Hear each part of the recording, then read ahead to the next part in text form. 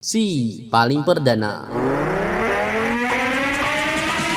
Seorang perempuan berhijab dan bercadar diduga mengalami gangguan jiwa atau ODGJ menerobos masuk ke gereja Katolik Saint Stephanus di Tandes, Surabaya membawa pisau.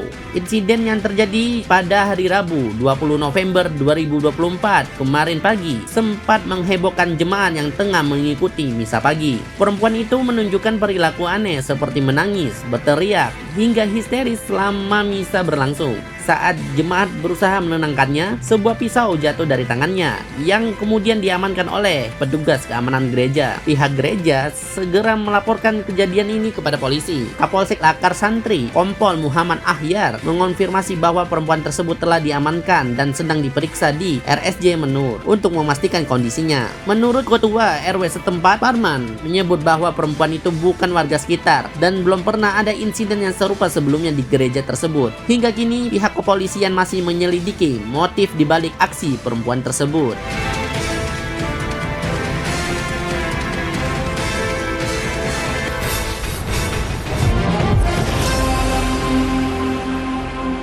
Selamat malam Indonesia. Anda sedang mendengarkan informasi yang faktual dan terkini dalam DNP Evening News edisi Kamis 21 November 2024 bersama saya Teguh Fadila. Berikut fokus utama kami malam ini. Setio Budianto terpilih sebagai Ketua KPK 2024 hingga 2029. Mahasiswi magang di Semarang laporkan manajer perusahaan BUMN atas dugaan pelecehan seksual.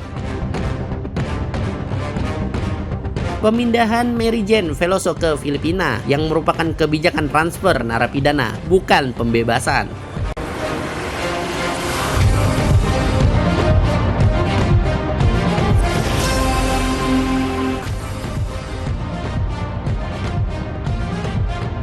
Seorang mahasiswi berinisial H yang berumur 21 tahun di kota Semarang melaporkan seorang manajer perusahaan BUMN ke Polrestabes Semarang atas dugaan pelecehan seksual.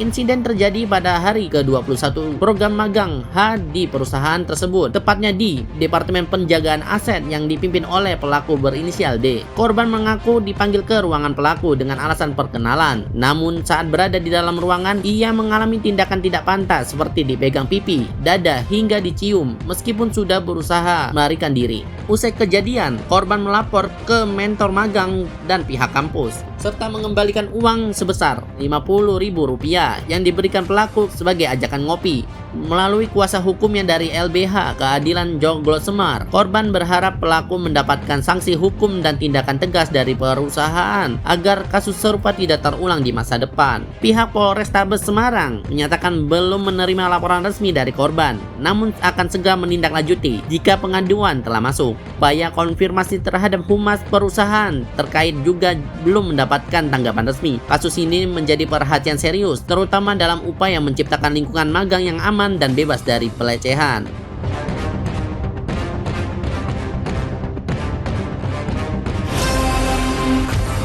Komisi 3 DPR resmi menetapkan Setio Budianto sebagai Ketua Komisi Pemberantasan Korupsi atau KPK periode 2024 hingga 2029 dalam rapat yang digelar di Kompleks Parlemen Senayan, Jakarta pada hari Kamis 21 November 2024.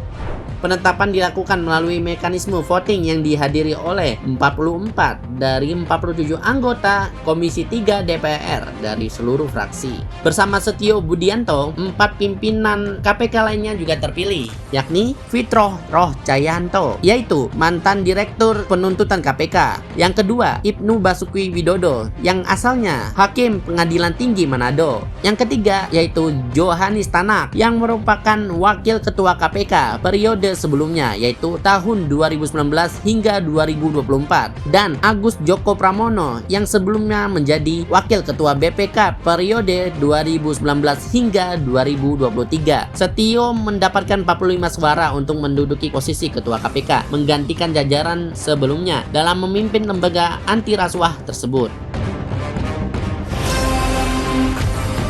Ketua Komisi 3 DPR, Habibur Rahman, mengusulkan agar wawancara doorstop atau cegat tidak lagi dilakukan kepada pimpinan dan Dewan Pengawas atau Dewas, Komisi Pemberantasan Korupsi atau KPK. Ia menyarankan agar mereka menyampaikan pernyataan melalui konferensi pers resmi saja. Hal ini disampaikan dalam uji kelayakan dan kepatutan calon Dewas KPK, Benny Mamoto, di Komisi 3 DPR pada hari Rabu 20 November. Habibur Rahman berpendapat bahwa pimpinan dan Dewas KPK sebagai bagian dari eksekutif seharusnya lebih fokus menunjukkan kinerja nyata dibanding berbicara di hadapan media seperti lembaga legislatif. Ia menilai wawancara doorstop seringkali menimbulkan salah tafsir di ruang publik dan berpotensi merusak citra institusi. Respon usulan tersebut, Benny Mamoto menyatakan dukungannya. Ia menilai pernyataan sebaiknya disampaikan oleh juru bicara KPK atau rilis resmi atau press release untuk menghindari dampak negatif pada institusi. Menurutnya, hal-hal teknis bila diperlukan, bila dihadirkan melalui mekanisme yang lebih tertata.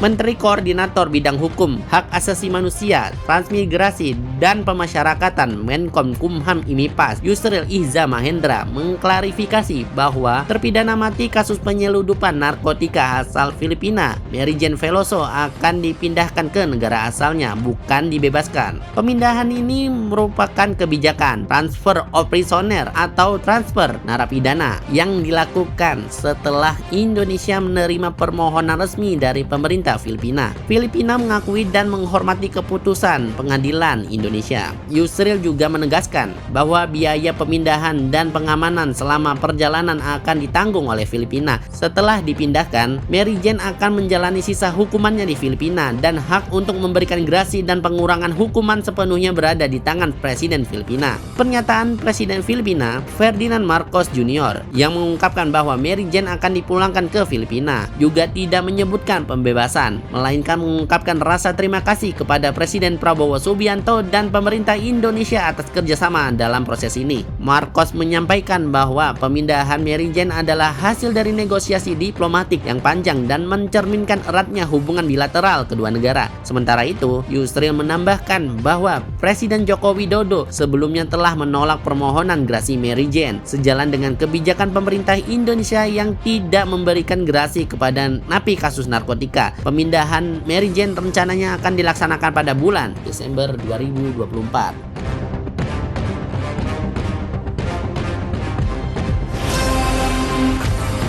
Pelaksana tugas Ketua Hamas di Gaza, Khalil Al-Hayya, menegaskan bahwa pertukaran sandera dengan Israel tidak akan dilakukan selama perang di Gaza masih berlangsung. Dalam wawancara televisi pada hari Rabu 20 November 2024, Hayya menegaskan bahwa penghentian agresi Israel adalah syarat mutlak untuk negosiasi. Ia mempertanyakan alasan untuk mengembalikan tahanan di tengah konflik yang masih aktif. Upaya mencapai gencatan senjata permanen kembali terhambat setelah Amerika Serikat memveto resolusi ke Dewan Keamanan PBB. Pemerintah Amerika Serikat menegaskan bahwa mereka hanya mendukung resolusi yang mengutamakan pembebasan sandera Israel. Sementara itu, Hayya menyalahkan Perdana Menteri Israel Benjamin Netanyahu atas terhentinya negosiasi. Sedangkan Netanyahu menuding Hamas sebagai pihak yang bertanggung jawab. Netanyahu juga menyatakan bahwa Hamas tidak akan memerintah Gaza lagi setelah perang selesai, mengklaim Israel telah melumpuhkan kekuatan militer kelompok tersebut.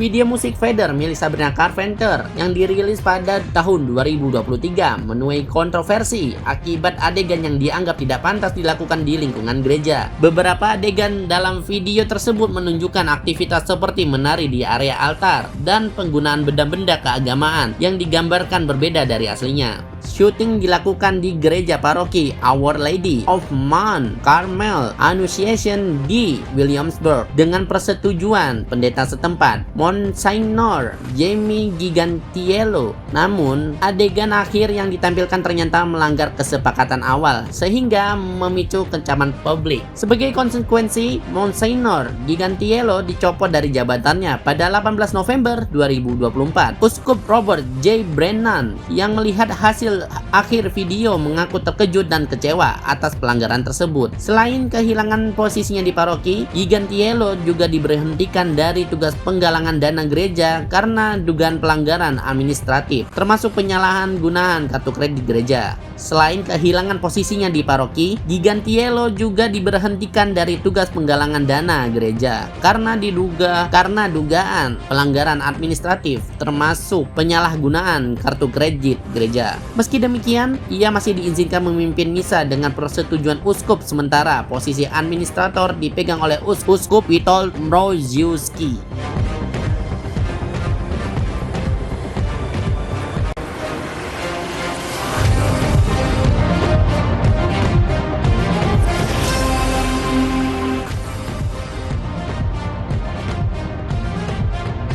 Demikian DNP Evening News edisi hari ini. Tetap dengarkan kami setiap Senin hingga Jumat di platform podcast kesayangan Anda, serta di kanal YouTube kami di DNP Media Network. Ikuti juga DNP on the Weekend pada Sabtu dan Minggu. Layangkan kritik dan saran Anda melalui email kami di redaksi@dnpmedianetwork.com. Ragam informasi yang faktual dan terkini lainnya dapat Anda baca di situs kami di dnpmedianetwork.com. Mewakili kerabat kerja yang bertugas, saya Teguh Fadila undur diri. DNP Integrated News, lebih informatif, lebih terinformasi. Selamat malam Indonesia dan selamat beristirahat.